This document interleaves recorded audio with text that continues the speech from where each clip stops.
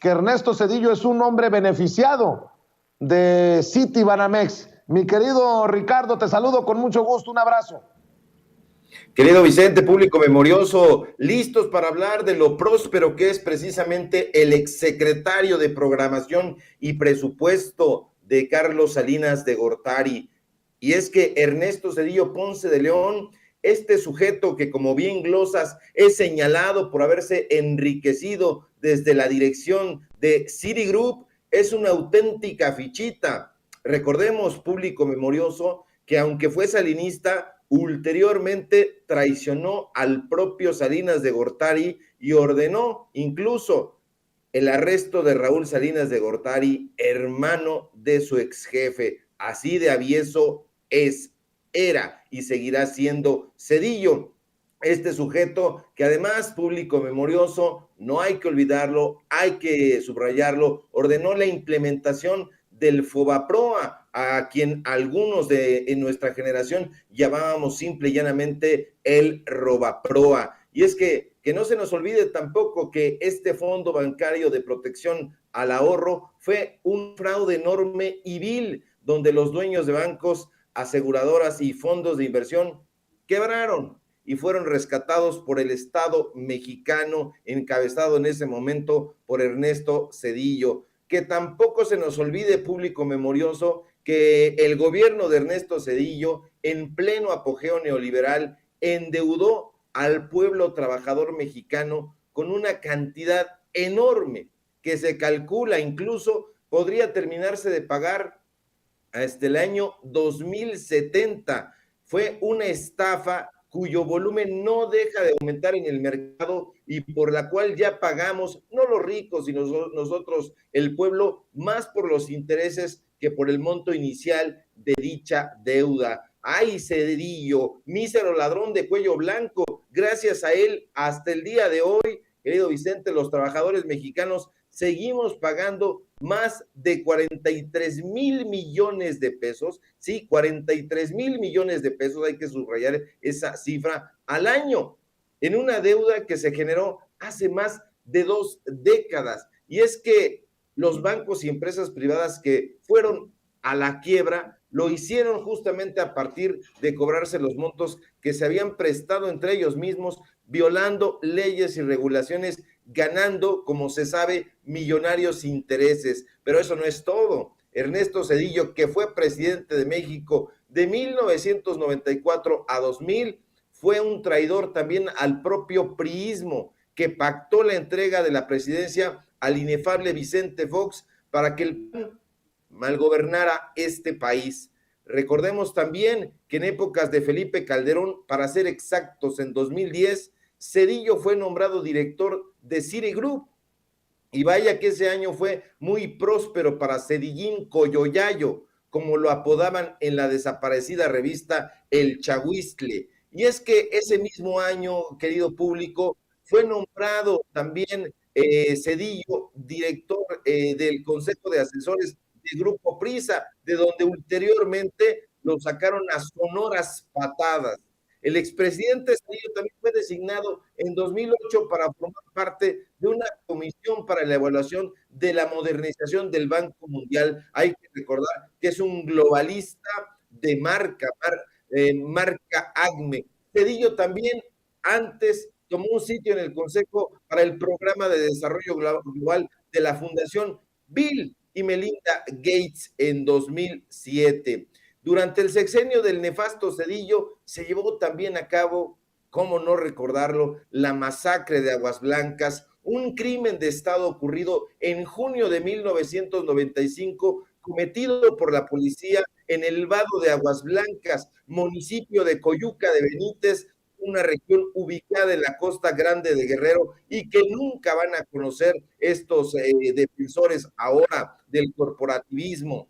Que no se nos olvide, público memorioso, los datos duros, que el 28 de junio de 1995, precisamente en Aguas Blancas, un grupo de campesinos de la organización campesina de la Sierra del Sur se dirigían hacia Atoyac de Álvarez cuando fueron detenidos por un retén de la Policía Judicial del Estado de Guerrero allá en ese vado de Aguas Blancas. Al momento de pedir que bajaran estos elementos terribles de la policía realizaron disparos contra los campesinos, dejando un saldo, como se sabe, de 17 muertos y 23 personas heridas. Inicialmente, el hecho fue reportado por la policía y por la prensa comprada como una defensa ante la agresión de ese grupo armado. Sin embargo, un video, ya saben que todo se sabe, se difundió después y demostró que nunca existió un ataque, los campesinos iban desarmados y fueron agredidos sin poner resistencia. Así la miseria policíaca, así la miseria del sexenio de Ernesto Zedillo.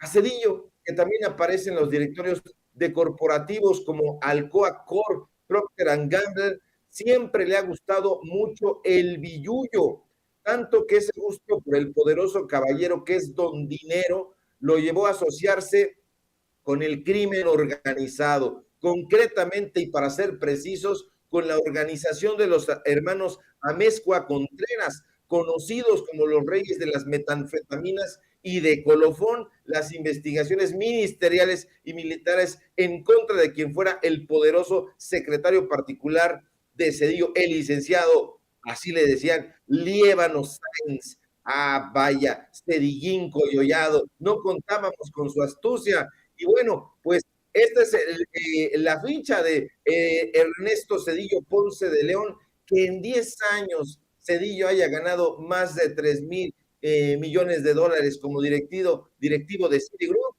No nos sorprende que desde 2011, año de su llegada al grupo financiero estadounidense que adquirió Banamex en ese momento, le haya dado empleo y haya atesorado un salario muy bien remunerado, unas riquezas sin precedentes, tampoco nos debe sorprender. Ya lo decía Voltaire, no pienses que el dinero lo hace todo o acabarás haciéndolo todo por dinero.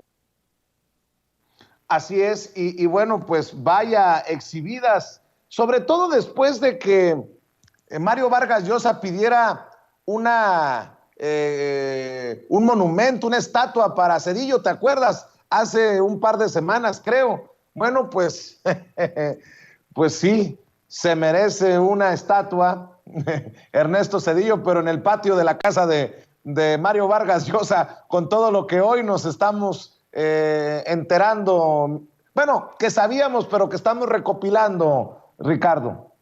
Así es, y perdón por el exabrupto, pero merece una estatua fálica ahí precisamente en la casa del peruano español Vargas Llosa. Y bueno, pues es que es Vargas Llosa. Hay que recordar también la amistad que lo unió también a Ernesto Zedillo, porque a través de la amistad con Octavio Paz, pues ellos llegaron ahí como intelectuales plenipotenciarios ahí a entrevistarse incluso en casa del mismo Ernesto Zedillo. Hay que recordar también que fue gran amigo de los potentados del dinero, Octavio Paz, y que ahí introdujo a este intelectual neoliberal que hoy va de la mano, ahí del brazo de Ricardo Salinas Pliego y le paga videos, documentales, ediciones de libros a través de Fundación Azteca y que ya en su momento, porque ya nos está llegando la documentación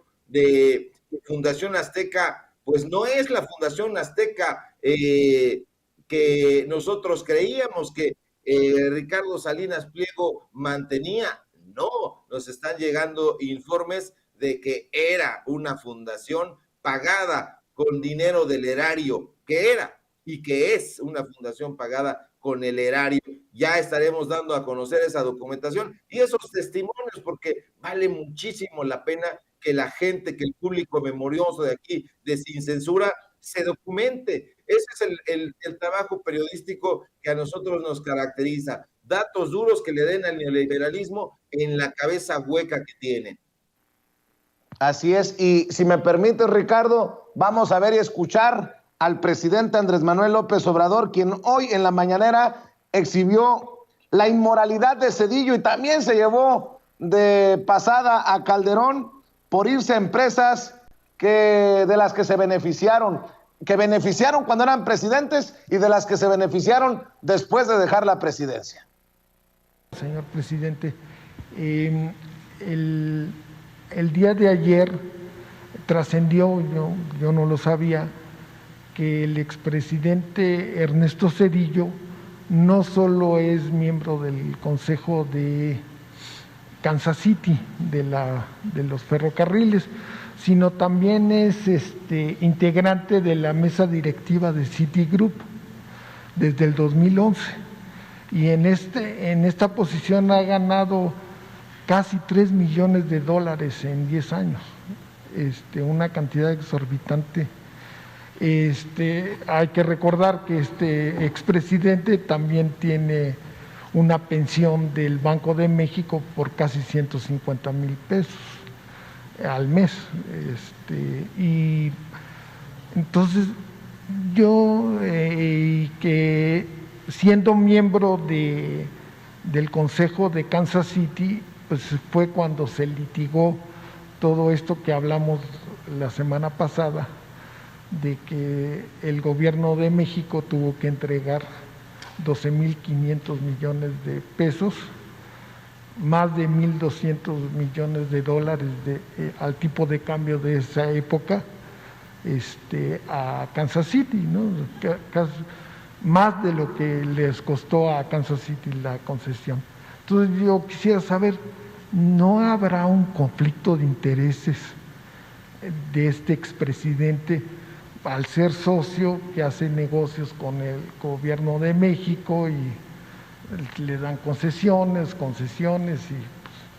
y operar un banco? No está haciendo un conflicto de intereses, una transgresión de la ley. Lo que hay es una inmoralidad, ¿no? Un hecho completamente inmoral. Legalmente no había ninguna norma. Ahora sí. Me gustaría que en la ley de austeridad, a ver, búsquenla, lo que se establece precisamente para remediar este problema. Recordando, porque ni modo que los medios de información convencionales, no todos, no, pero la mayoría no hablan de estos temas. No encuentra uno nada, ningún articulista, a lo mejor algunos, ¿no?, donde veo que hay más análisis, más reflexión, es en las redes. Pero los medios de comunicación convencionales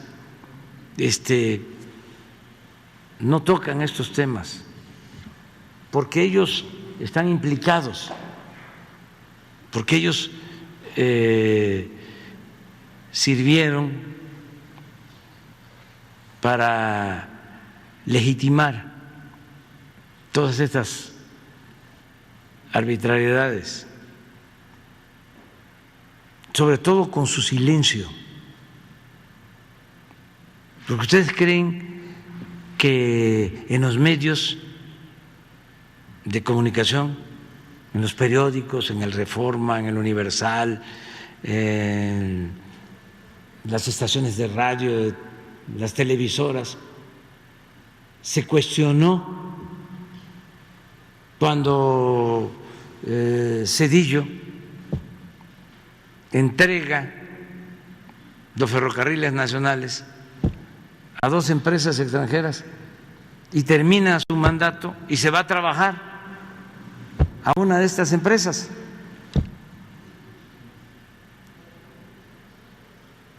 ¿Creen ustedes que se cuestionó eso en su momento? Nada.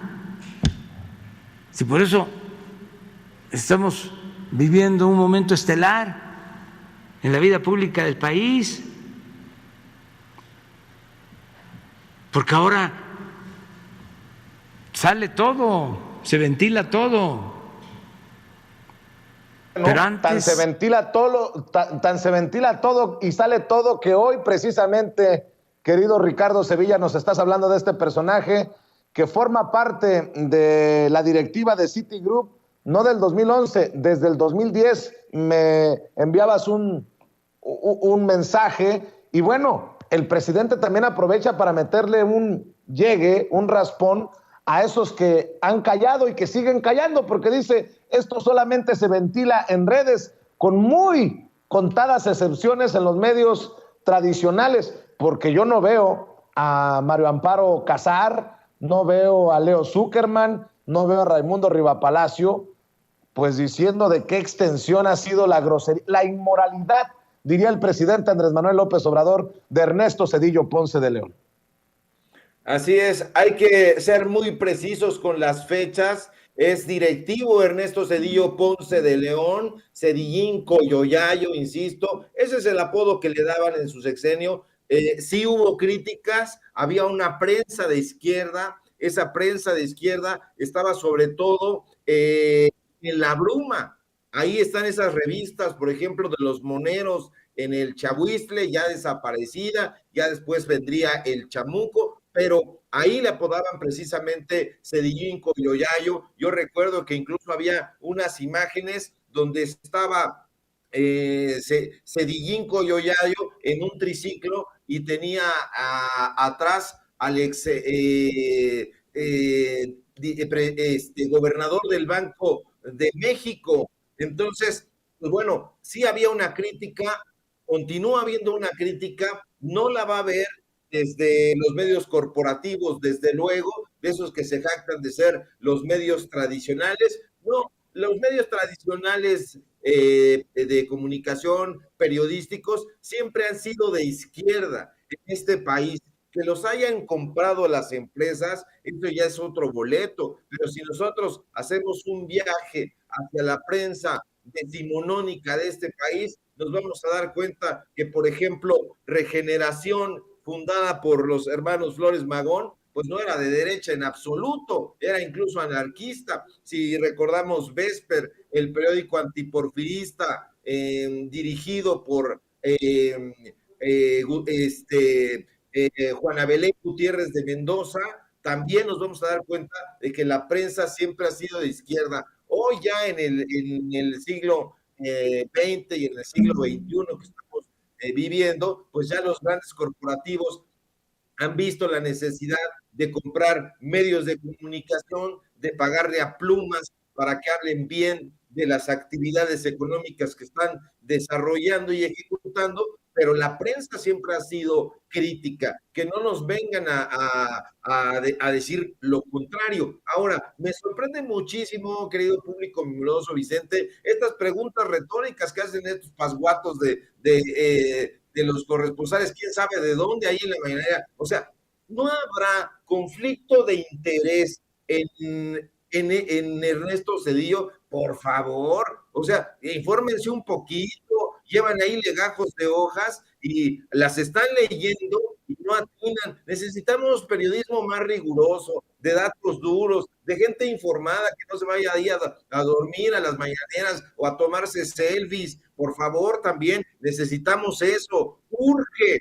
porque el periodismo de izquierda de por sí está padeciendo y que estos representantes vayan ahí a pasar lista y hacer este tipo de preguntas retóricas, o sea, es nefasto. Pero bueno, pues ahí está, el presidente dio una cátedra de historia y sí, estamos recopilando, pero necesitamos también que el público que es memorioso no se olvide de todas estas atrocidades, porque de pronto las nuevas generaciones no tienen idea clara de quién fue Ernesto Zedillo Ponce de León. ¿No se acuerdan de cómo iba trastabillando hacia el avión presidencial en compañía de Nilda Patricia, quien se llevaría muy bien con Felipe Calderón, porque recordemos que le gustaba el chupe también, pero bueno. Querido Ricardo, para cerrar, hablas de crítica, hablas de exhibir personajes, y a mí y está bien. Creo que he aprendido en estos 12 años desde la independencia y sobre todo de unos 3, 4 años para acá, a aguantar vara cuando me tiran hasta con la cubeta por mis opiniones. Y acabo de dar una opinión y es sincera, es honesta, sobre el nombramiento de Claudia Pavlovich. El presidente puede dar sus razones, me parecen razones muy pobres, pues sí, no hay de otra manera, de que ella le pidió, de que ella le dijo que estaba interesada en las relaciones internacionales y que quería irse a alguna representación, y el presidente accedió diciéndole que preparara a su familia. Aquí acabo de decir que ojalá que el presidente, ojalá que el canciller Marcelo Ebrard reconsideraran este caso de Claudia Pavlovich, porque nadie me lo va a contar. Estoy a nivel acá abajo con la gente de a pie, estoy a ras de suelo escuchando las opiniones de las personas en Sonora que dicen: votamos en contra de eso, por eso votamos porque llegara la cuarta transformación a Sonora y nos meten a Claudia Pavlovich como representante de México en Barcelona. ¿Hasta dónde y cómo lidiar con esto, maestro Ricardo Sevilla? Porque, digo, muy a conveniencia los que se creen puros, y hay en todos lados, desde el lado de López Dóriga, Carlos Marín y Loret de Mola, y también del lado de los que se dicen de la cuarta transformación, que a conveniencia disparan dardos cuando no les gusta lo que uno dice. Y si el presidente nos abre la puerta, y si realmente cuando Carlos Loret de Mola dice que Andrés Manuel López Obrador es un peligro para la libertad de expresión, nos pitorreamos de Carlos Loret de Mola porque tiene la oportunidad de salir a la radio, al periódico, a la televisión a decirlo. Pues lo que estamos haciendo es tomarle la palabra al presidente. Pues, si hay libertad de expresión hay que ejercerla. ¿Cómo entiendes esto? Porque es un ejemplo interesante, ¿no? Este de Claudia Pavlovich, y espero que sea uno de los últimos segmentos que hagamos sobre esto para esperar lo que pase con este nombramiento polémico de la exgobernadora priista de Sonora. Sí, yo también veo una mala decisión. A lo mejor fue una decisión estratégica. A lo mejor, bueno, hay que recordar que Claudia Pavlovich, ahora yo ya sé que es Pavlovich, antes pensaba que era Pavlovich, pero es Pavlovich. Bueno, que esta mujer es priista y bueno, pues ahorita está en curso la aprobación de la reforma eléctrica. Y pues a lo mejor es una estrategia política de pragmatismo, allegarse a algunos personajes del PRI para perseguir intereses mayores, pero sin duda Claudia Pavlovich es una de las personas más nefastas ya en términos de personalidad política que hayan existido. Yo lo recuerdo perfectamente porque a mí me tocó trabajar precisamente en el Instituto Mexicano del Seguro Social cuando se ocurrió aquella tragedia de las guarderías ABC y que estaba a cargo el director que ya murió, Juan Molinar Orcasitas, y en ese momento se habló precisamente de la defensa que hizo Claudia Pavlovich de la familia que era dueña de esas guarderías. Se habló también de los vínculos que podría haber tenido con Margarita Zavala, y bueno, el Instituto Mexicano del Seguro Social quedó muy manchado. Hay que recordar que incluso el propio Juan Molinar Orcasitas tuvo que salir por pies en aquella comparecencia que tuvo en el Congreso de la Unión ante las críticas durísimas que le hizo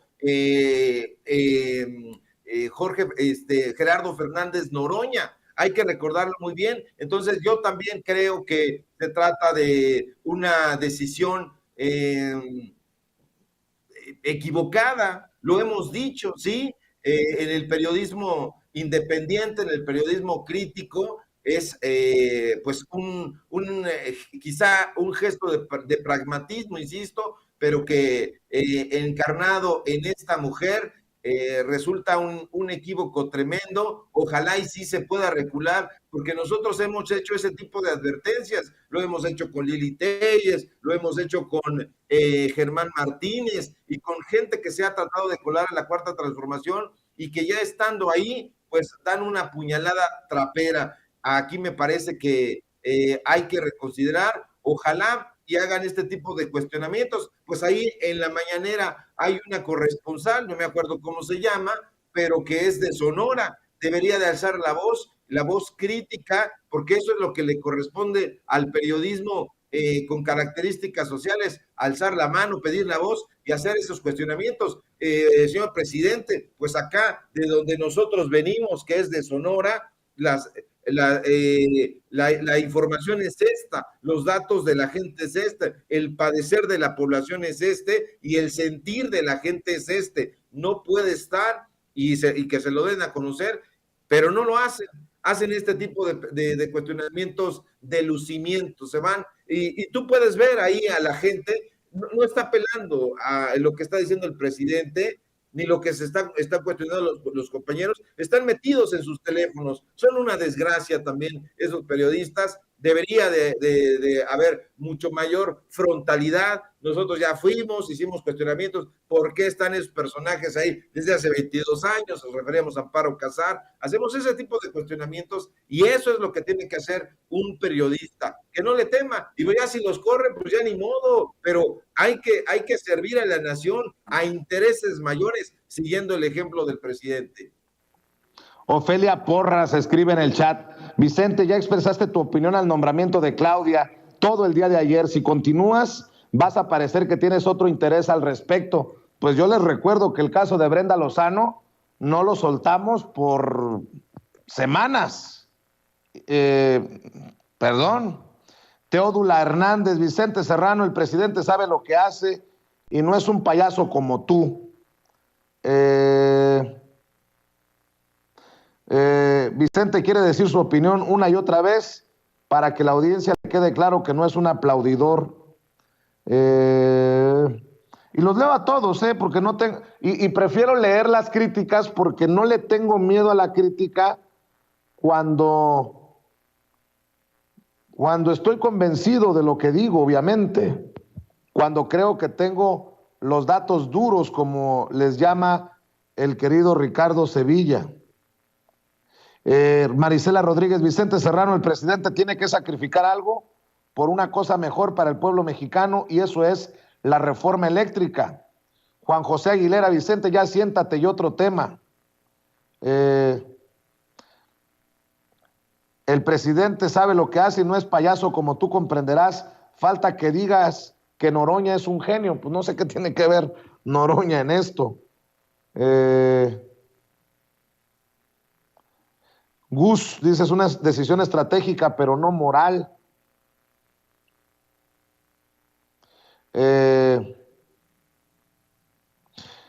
Roelito Valadez: recuerden que el presidente sabe jugar el ajedrez político, él va adelante 3 jugadas, pero se ha equivocado también, se ha equivocado. Y el que diga que no se ha equivocado, que por favor me salte para debatir con casos. Rocío Samarripa dice: otro tema, Vicente. Marimor dice: pon una demanda penal. Oigan, deberían de pedirle la demanda penal al hoy gobernador Alfonso Durazo, que fue el que dijo hasta del agua en el drenaje al cuello de Claudia Pavlovich en su momento, o de cómo iba a terminar el sexenio de Claudia Pavlovich si a 3 años Sonora ocupaba el primer lugar en corrupción. No lo dije yo. Dice Teódula Hernández: ya bajaste de nivel, Serrano, lástima. Bueno, mi querido Ricardo Sevilla, pues para eso nos alquilamos, y qué bueno que la gente opina, porque yo siempre les he dicho, no me crean ni a mí a ojos cerrados. Mi querido Ricardo, ¿por qué no cerramos invitando a la gente para que te apoye en tus trincheras, para que te apoye en redes sociales? Claro que sí, querido público memorioso. Vicente, síganme por favor en Twitter, @Sevilla Crítico, en Facebook, Ricardo Sevilla, así nada más. En Los Datos Duros, hoy tenemos programa de lunes a viernes, estamos transmitiendo completamente en vivo de 4 a 5 y media de la tarde. Síganos también en Tiempos de Canallas, esta parodia, esta sátira política que hace falta para que no sea tan solemne la izquierda, nunca lo hemos sido. Entonces, acompáñenos ahí de lunes a viernes de 8 a 9 hora del centro de México, y aquí en en Sin Censura, donde estamos participando de lunes a viernes en punto de las 11 de la mañana en Regeneración MX. Síganos ahí con estas investigaciones, con este medio de comunicación que también está haciendo un esfuerzo muy, muy grande para llevar a cabo la información que no se atreven a dar a conocer en los medios corporativos. Bueno, pues mi querido Ricardo, estamos al pendiente, te mando un abrazo y muchas gracias por hablar sin censura. Oiga, hablando de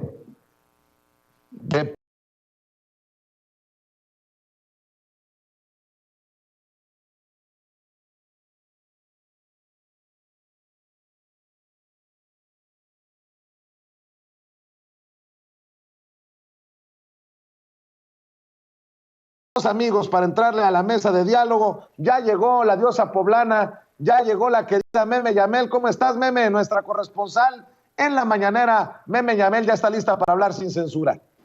Querido Vicente, ¿cómo estás? Muy buenas tardes a a la bonita familia de Sin Censura, a todos los que nos ven y nos escuchan. Qué bonito poder compartir como cada semana con todos ustedes.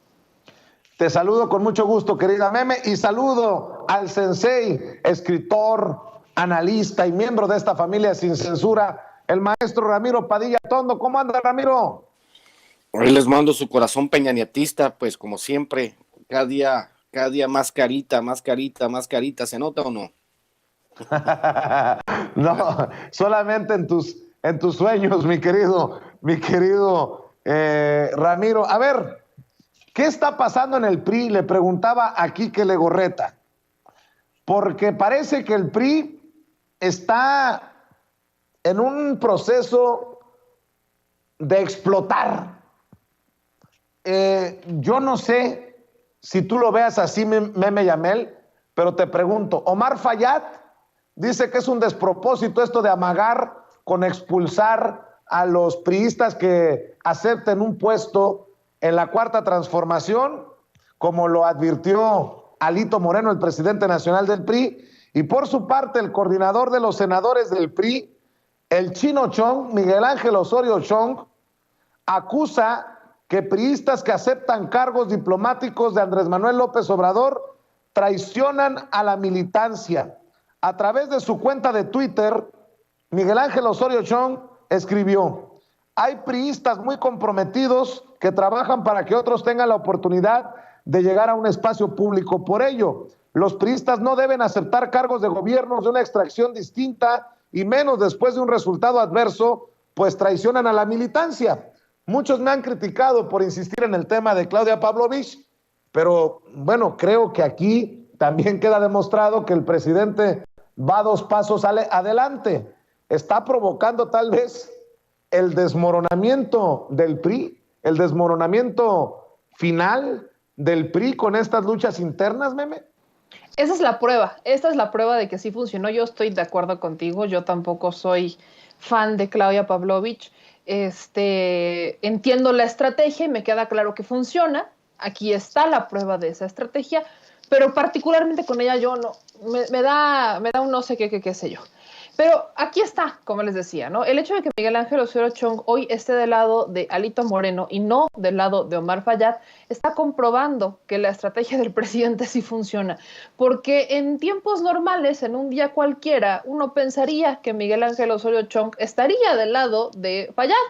O sea, es más o menos la misma corriente.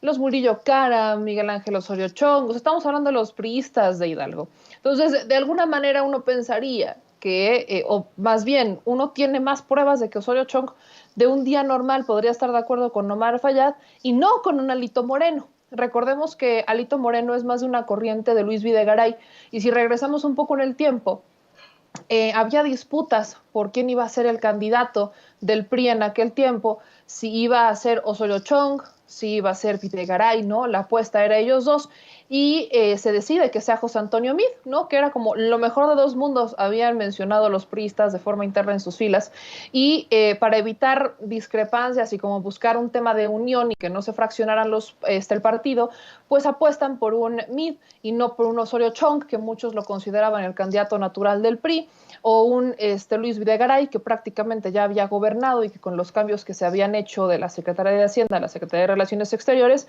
pues se sabía que la estrategia estaba enfocada a que fuera candidato Videgaray, y después pues las cosas cambiaron abismalmente.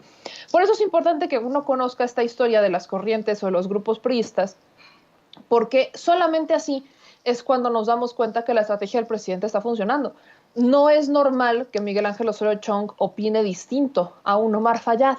No es normal, porque son de una corriente política priista similar, ¿no? Del grupo Hidalgo. Son de este grupo de políticos que pues que han encabezado el gobierno del estado de Hidalgo, que han estado muy presentes. O sea, estamos hablando de estos personajes. Lamentablemente, para los priistas, caen en el juego del presidente, que aquí es en donde entra el lado Alito Moreno. Alito Moreno se está viendo muy novato, o sea, Alito Moreno está demostrando la novatada de político que es, porque y también Miguel Ángel Osorio Chong, porque un político estratégico sabría lo que está haciendo el presidente Andrés Manuel López Obrador. O sea, la estrategia de este momento es divide y vencerás, y lo está logrando. Hay dos fracciones de priistas: los priistas que si quieren trabajar con esta administración, los priistas a los cuales invitan y dicen, pues va, ahí voy, los priistas que se están exhibiendo como traidores al priismo, porque eso sí es cierto, y están los otros priistas que quieren defender a capa y espada un partido que ya no tiene mucha razón de ser, un partido que ha traicionado sus documentos básicos, su ideología. O sea, es un partido político que no tiene mayor razón de ser. Así que creo que esta parte es muy importante que la podamos mencionar, porque está dando la prueba real, fehaciente y aparte pronta y expedita, de que el presidente sabe lo que hace. Aunque no estemos de acuerdo con algunos temas, pero es una estrategia que está funcionando, y aquí están los resultados. Querido Ramiro, ¿cómo ves este proceso de tensión o de desmoronamiento del PRI? Parece que hay una lucha interna ahí, que en momentos es todos contra todos, y pues hay que decirlo, esto lo provocó el presidente Andrés Manuel López Obrador con los nombramientos de cónsules y embajadores dados a conocer hace un par de días. La pregunta, Vicente, sería, ¿qué va a pasar si a la exgobernadora de Sonora, Pavlovich, cuando esté en Barcelona, la tenga que regresar porque hay auditorías en curso sobre su gestión de gobierno en Sonora? Es lo que a mí me llama la atención,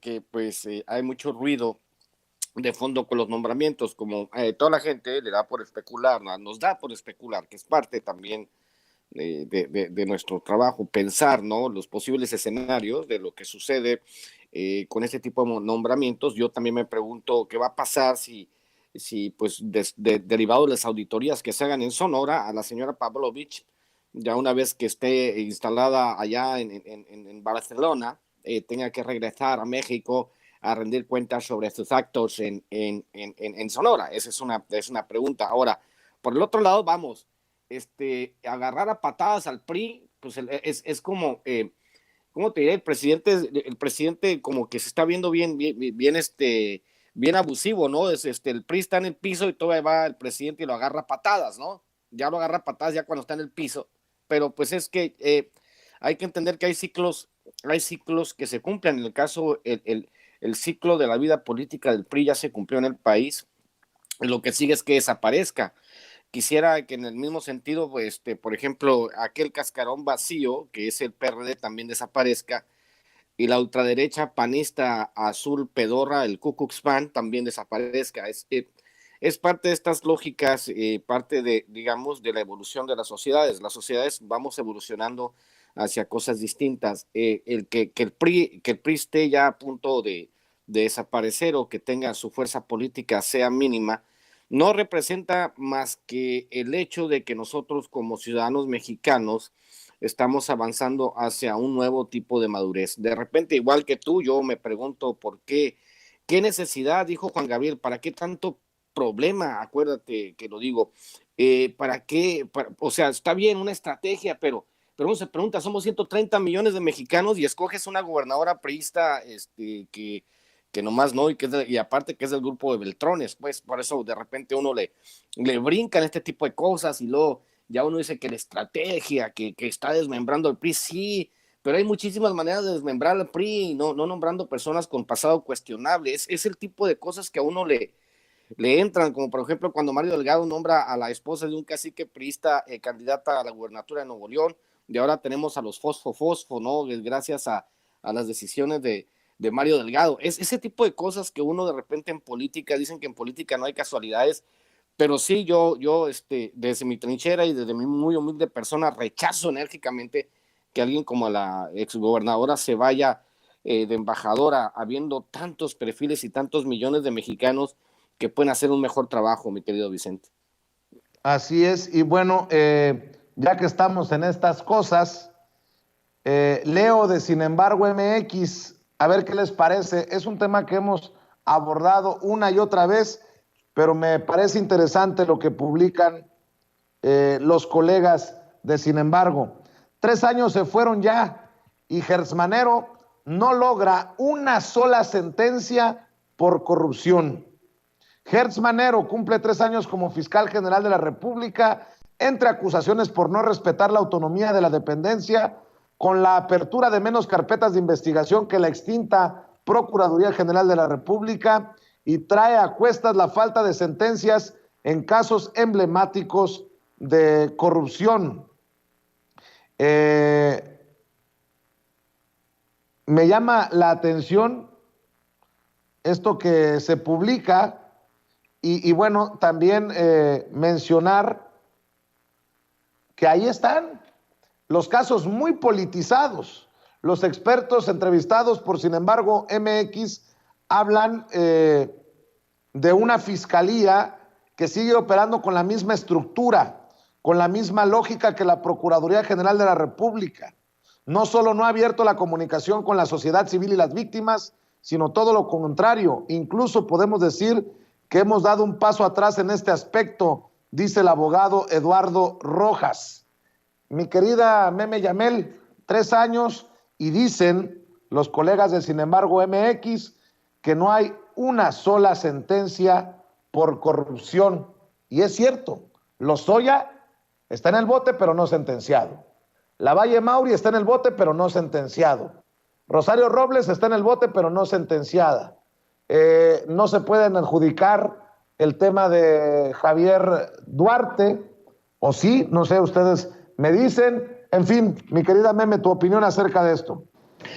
Es un problema muy grave. Hay que decir que no solamente son expertos, abogados e independientes. Hablemos de del propio Instituto Federal de Defensoría Pública, ¿no? He platicado con algunos de ellos, particularmente con el secretario técnico de la Unidad de Tortura, que es esta nueva defensoría, ¿no? Viene esta nueva área en la defensoría con estos cambios que surgen a raíz de las reformas judiciales que se hicieron en años pasados, perdón. Y particularmente ellos también dicen que su principal obstáculo para defender es la fiscalía. O sea, estamos hablando de defender casos de tortura, casos de personas que están de forma injusta en prisión. El principal obstáculo para acatar las recomendaciones, para que avance el proceso, es la fiscalía. Lo dice el propio Instituto de Defensoría Pública actual, que el problema ya ni siquiera son los jueces. O sea, llegamos a los jueces y por supuesto que hay jueces corruptos, pero muchas veces los jueces tienen que corregirle la plana a lo que están haciendo los fiscales, ¿no? Viene en ese sentido y es lamentable. A finales del año pasado, un informe que analiza la Fiscalía General de la República habla de una tasa de impunidad del 95% de los casos. 95% de los casos. O sea, hay una tasa de impunidad del 95%, que es justamente a lo que se refiere. Sin embargo, lamentablemente, en cuanto a autonomía, por ejemplo, de la Fiscalía, la parte presupuestal, la parte política y la parte operativa son las que tienen un indicador menor. Por ejemplo, el titular de la Fiscalía General de la República interpreta la autonomía como si fuera una carta abierta para que opere sin transparencia y sin rendición de cuentas.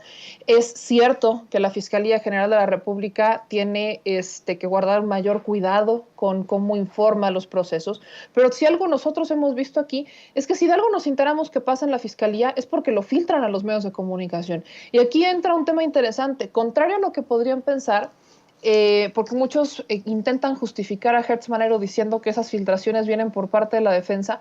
Las cosas que se filtran son casualmente las que beneficiarían a la Fiscalía, no a los defendidos, no a un Emilio Lozoya, no a un Jorge Luis Lavalle Mauri, no. Estamos hablando de cosas que le benefician a la Fiscalía. Por ejemplo, casos relacionados con un Emilio Lozoya, de cuando se publica que va a solicitar el fiscal general de la República una pena para Emilio Lozoya, eso se enteró a través de la prensa. No es algo que les beneficia a Emilio Lozoya. ¿Qué es lo que sí hace? Avisa. O sea, le está avisando a Emilio Lozoya por canales no institucionales y a la defensa de Emilio Lozoya por canales no institucionales cómo va a solicitar, qué va a solicitar el fiscal. Recordemos, también regresemos en el pasado a recordar lo que pasó justo con un Emilio Lozoya. El abogado, uno de los abogados de Emilio Lozoya, también es representante jurídico en un asunto de Hertz Manero. ¿Que eso no es conflicto de interés? ¿Que no es un conflicto de interés entre el fiscal y un defendido y una defensa de alguien que atentó en contra del Estado, como lo es un Emilio Lozoya con el caso Odebrecht y agronitrogenados? O sea, seamos honestos, en lo único que hemos visto que el fiscal sale a hablar es cuando se cuelga medallas, cuando fue el caso de Salvador Cienfuegos Cepeda o cuando estaban realizando el tema de la detención de Emilio Lozoya. Nada más, cuando ya lo habían extraditado y cuando fue lo de Estados Unidos, de cómo habían prácticamente liberado a Salvador Cienfuegos Cepeda, en ese momento el fiscal salió a hablar.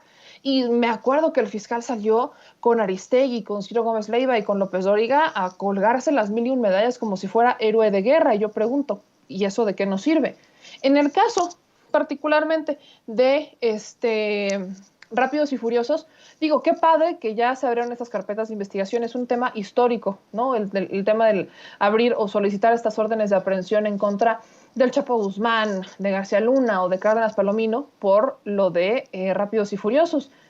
Pero yo nada más le quiero recordar al mundo que 2 de ellos ya están presos en Estados Unidos, uno con sentencia y el otro va en camino, y solamente hay uno aquí en México, que es Cárdenas Palomino, y también está preso. Pero ¿en dónde está Medina Mora? ¿En dónde están las órdenes de aprehensión a Medina Mora? Que él también tuvo que ver en el tema. ¿En dónde están? O sea, incluso en la Fiscalía General de la República estaría operando en un cargo en uno de los mandos medios, una de las personas que habría sido también parte de la operación de Rápidos y Furiosos.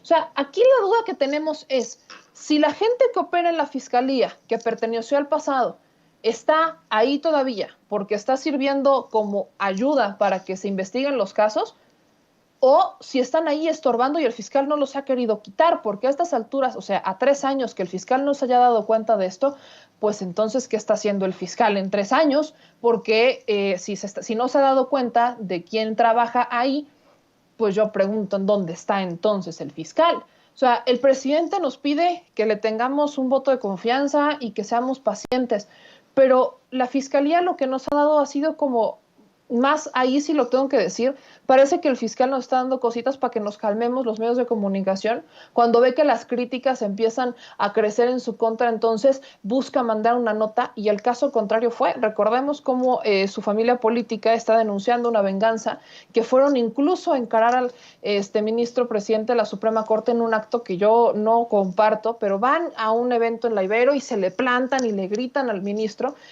presidente. Y justo después, o justo en esos tiempos, es cuando sueltan lo de las órdenes de aprehensión por el tema de Rápidos y Furiosos. Y pareciera que las calmas, ¿no? Que la calma llegó a la Fiscalía General de la República. Perdón que lo diga, pero el fiscal prometió que él iba a hacer modificaciones en la entidad para que las personas que trabajaban ahí, que estaban haciendo mal su chamba, se fueran. Yo sé que son casos largos, pero no hay transparencia, ni siquiera al estilo que lo debería de dar la Fiscalía General de la República.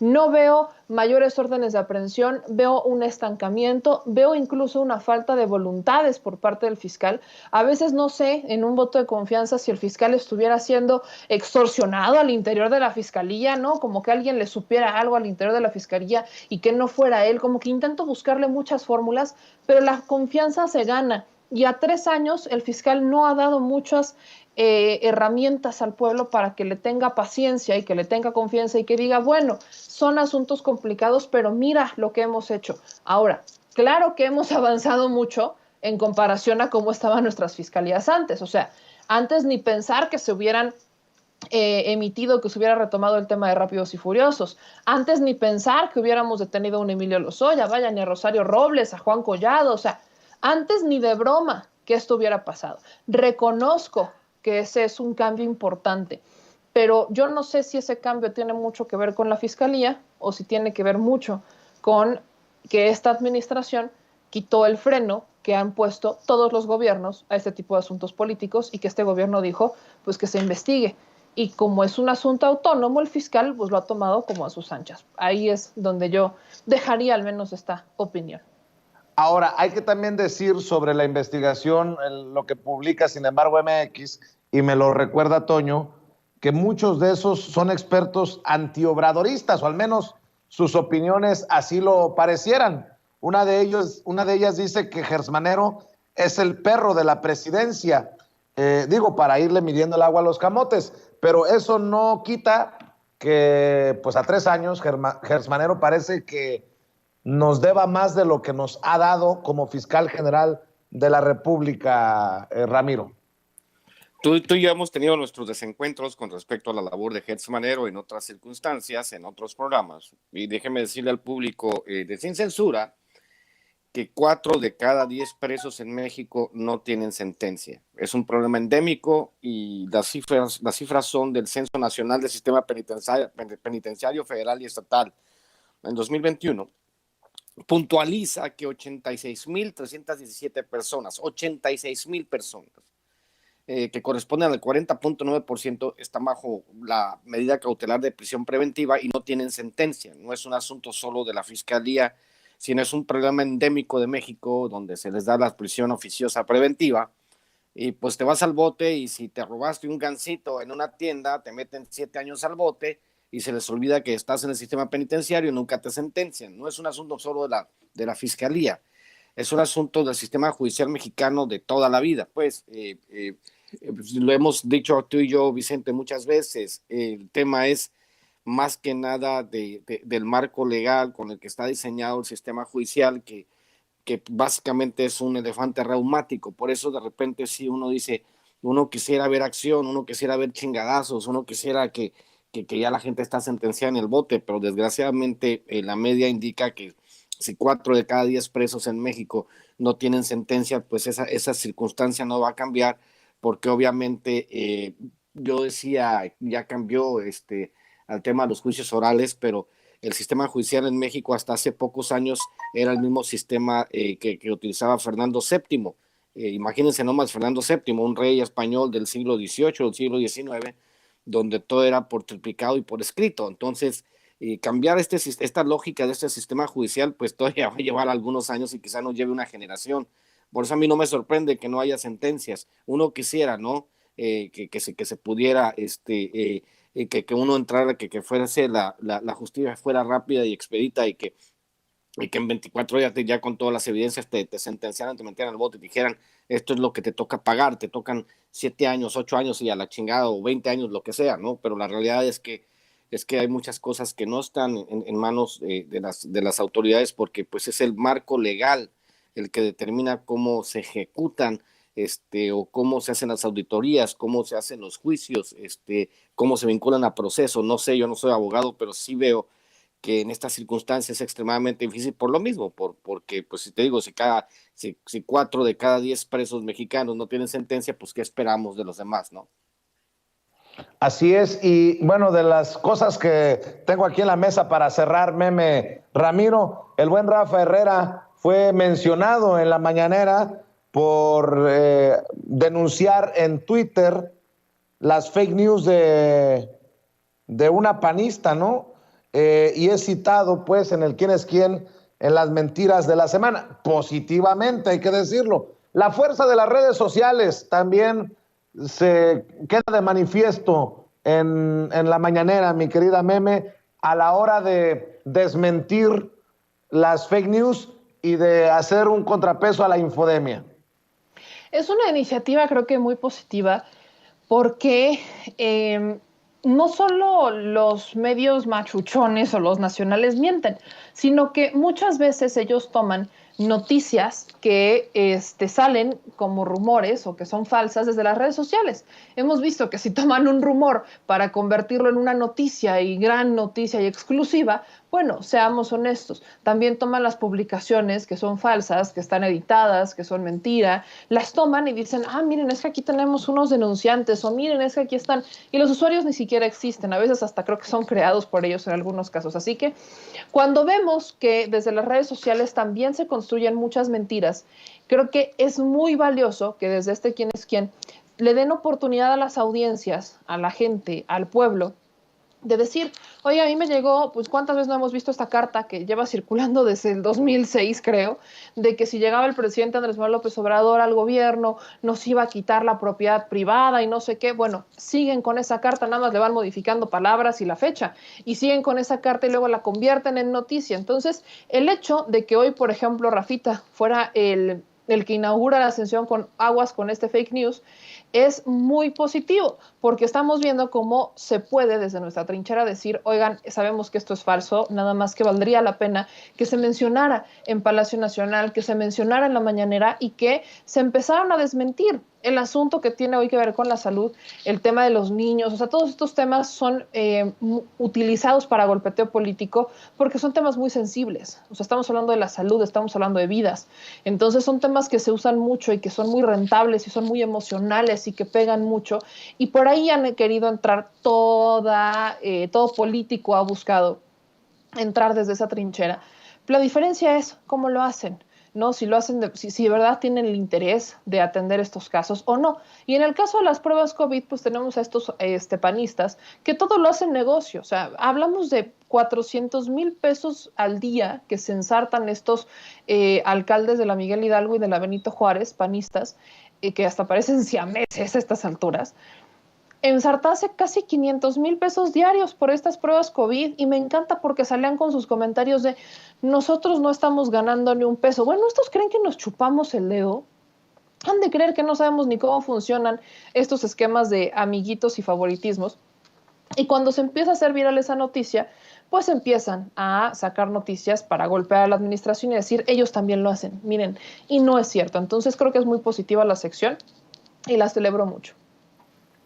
Y fíjate, Meme, que no fue el único tuitero mencionado en la mañanera. También Miriam Yune fue mencionada por el presidente por un tuit con una fotografía en relación a lo que ocurría en Francia. Si el encabezado de esta foto dijera protestas en el malecón de La Habana en contra del régimen socialista, se habría viralizado en segundos, pero no es París, y los que protestan por la reducción de sus pensiones son obreros. Los grandes medios no lo dirán. Mi querido Ramiro Padilla Tondo, hoy queda reflejado, pues, también lo importante de las redes sociales en esto de desmontar narrativas, en esto de ir contra fake news, con el tema de Rafa, con las declaraciones del propio presidente Andrés Manuel López Obrador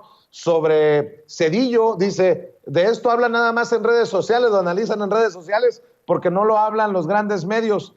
Creo que queda claro quién es quién en la era que vivimos de la información en México. Para cerrar, Ramiro.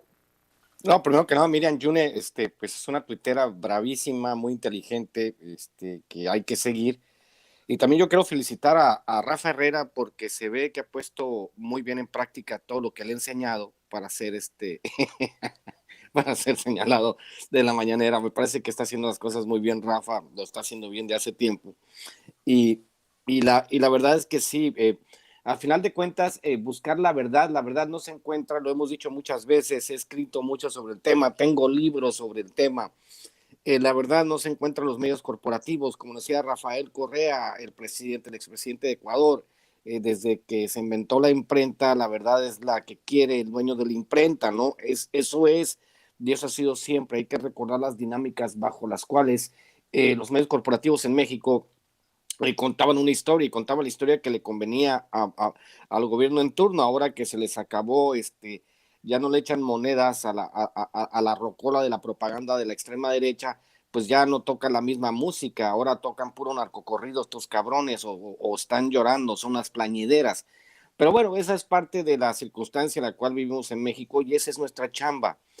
Parte de la chamba que hacemos nosotros desde los medios alternativos, desde el Twitter, desde todas las plataformas, es básicamente desmentir todo lo que dicen estos medios. Y qué bueno que desde presidencias, desde gobernación, desde todas las instancias de gobierno que se requiere, estén ofreciendo y estén mostrando, ¿no?, esta parte tan importante que es que hay personas pensantes, hay personas con punch en las redes sociales, y esas personas con punch que están trabajando por un nuevo discurso, estén teniendo exhibición para que sepa la gente que hay maneras alternativas de interpretar esta realidad que es tan importante, ¿no? Y me congratulo por Rafa, por Sin Censura, por todos nosotros, por Meme, por Toño, por toda la bola, por Ceci, porque pues somos personas que al final de cuentas estamos por decir la verdad y no estamos por contar la parte que le conviene a la extrema derecha en México, mi querido Vicente. Así es, mi querido Ramiro, ¿por qué no cerramos invitando a la gente para que te apoye en tus trincheras y en redes sociales? Pues ya saben, seguimos con el segundo capítulo de Chaironomics en mi canal, y a través de mi canal Ramiro Padilla Tondo y Chairovisión TV vamos a tener nuestro segundo programa, donde vamos a hacer un análisis económico con Abel Ayala y el profe López, el doctor López, doctor en economía. Entonces estamos tratando de explicar cómo funciona la economía desde el punto de vista de la 4T, no desde el punto de vista de la extrema derecha. Y pues mañana nos vemos entre Chairos y Fifís, donde pues le doy sus cátedras al licenciado Gutiérrez Pliego, ya sabes que es clientazo, y nos vemos mañana en la noche y nos vemos hoy en la noche.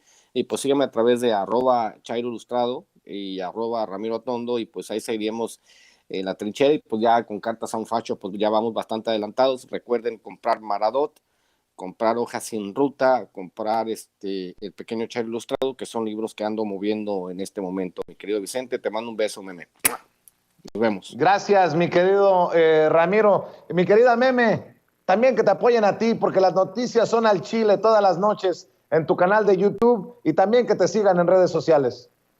Muchísimas gracias, mi querido Vicente, mi querido Ramiro. Le mando un beso, un corazón peñanietista bien hecho y bien grande, no como el que hace mi querido César, no es cierto.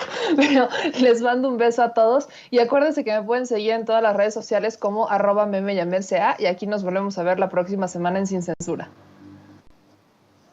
Pendiente de tu trabajo también en Palacio Nacional, ojalá que te toque por ahí participar y poner los temas que dejen la víbora chillando. Un abrazo, Meme, un abrazo, Ramiro, y también amigos, amigas, regresamos en breve, pero mientras seguimos hablando sin pelos en la lengua, sin censura, usted puede suscribirse a nuestros 3 principales canales en YouTube. Sin Censura Media, en donde tenemos más de 1.600.000 suscriptores, Sin Censura TV, en donde tenemos más de 1 millón de suscriptores, y en Sin Censura Presenta, en donde queremos llegar muy pronto a los 100,000 suscriptores. Si usted ya está inscrito en Sin Censura Media, suscríbase en Sin Censura TV. Si ya está suscrito en Sin Censura TV y Sin Censura Media, suscríbase a Sin Censura Presenta. Recuerde que es gratis, no tiene que sacar un solo centavo de su bolsillo para apoyarnos. Dele clic en la campanita para que los señores y señoras de YouTube envíen las notificaciones cuando estemos transmitiendo en vivo y en directo o estemos subiendo videos. También nos puede seguir en Twitter en @Vicente Serrano, y hasta en Instagram. Ojo, también estamos en Instagram. Son nuestras redes sociales, y con el apoyo de ustedes seguimos creciendo, porque con ustedes todo, sin ustedes nada.